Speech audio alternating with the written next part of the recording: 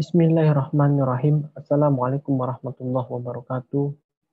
Alhamdulillah nahmadu wa nasta'inu wa nastaghfir wa na'udzu billahi min shururi anfusina wa min sayyiati a'malina. May yahdihillahu fala mudilla lahu wa may yudlil fala hadiya lahu. Asyhadu an la ilaha illallah wahdahu la syarika lahu wa asyhadu anna Muhammadan abduhu wa rasuluhu nabiyya ba'da. Qala Allah ta'ala fil kitabil amin. Bismillahirrahmanirrahim.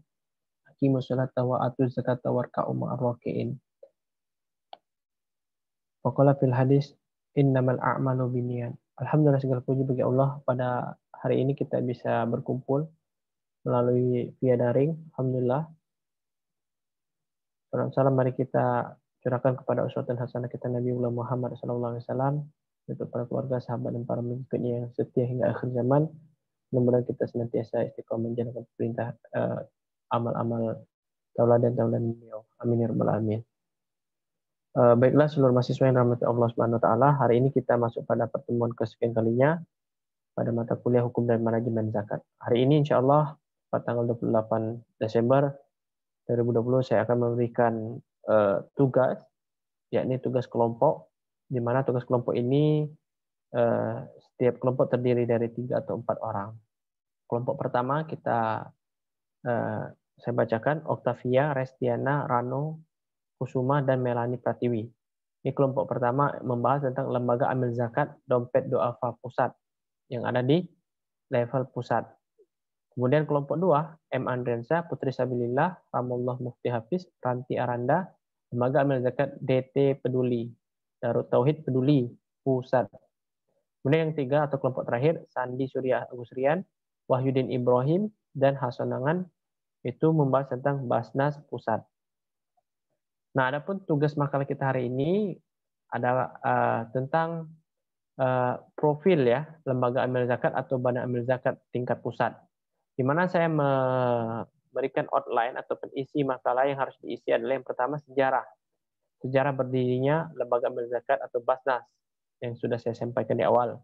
Kemudian visi dan misinya apa saja, kemudian tujuan dan asas pengelolaan struktur organisasi apa saja, struktur organisasi apa saja, fungsi dan tugas pokok pengurus apa saja, strategi lembaga amil zakat atau Basnas apa saja, kemudian program kerjanya apa saja, dan terakhir laporan keuangan atau laporan annual report, baik itu penghimpunan maupun pendistribusian. Adapun presentasi yang harus kita lakukan pada tahun depan, mohon maaf ini tahun 2021 ya maksudnya, ini kita akan lakukan ini di tahun 2021. Kelompok 1 tanggal 4 Januari 2021, kelompok 2 11 Januari 2021, dan juga kelompok 3 18 Januari 2021. Nah, ini kelompok 1 yakni rombongan Octavia, Restiana, Rano, Kusuma, dan Melani. Nah, saya akan memberikan contoh untuk ini.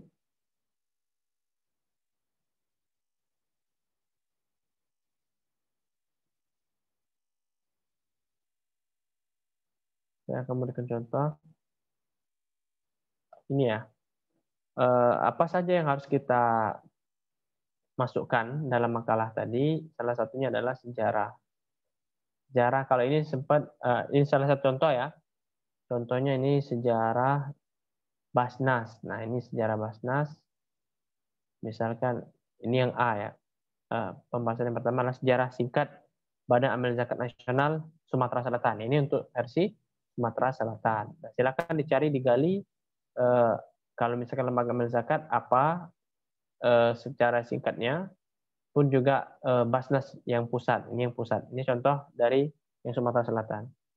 Kita lanjutkan. Setelah itu pembahasannya tentang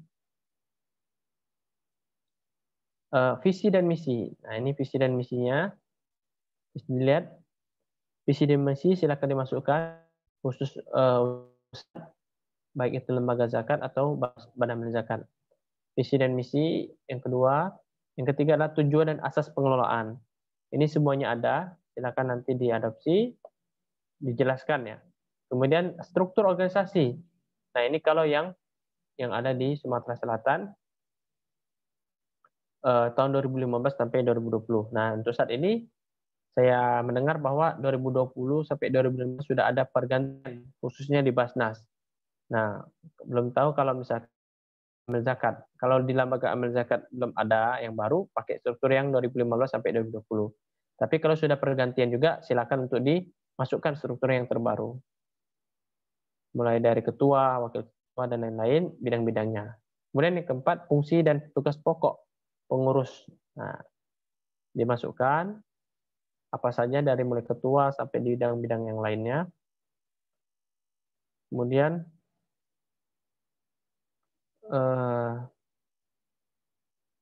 selanjutnya,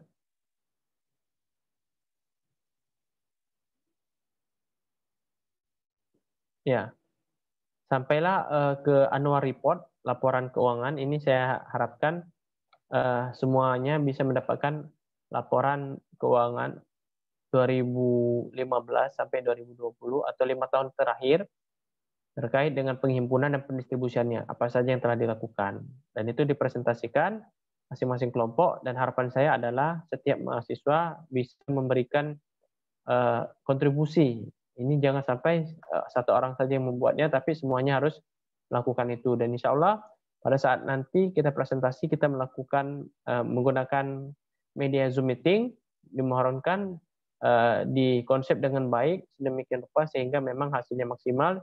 Insya Allah setelah ini kan kita masukkan di YouTube, sehingga bisa bermanfaat bagi banyak orang. Wallahu a'lam bishawab. Assalamualaikum warahmatullahi taala wabarakatuh.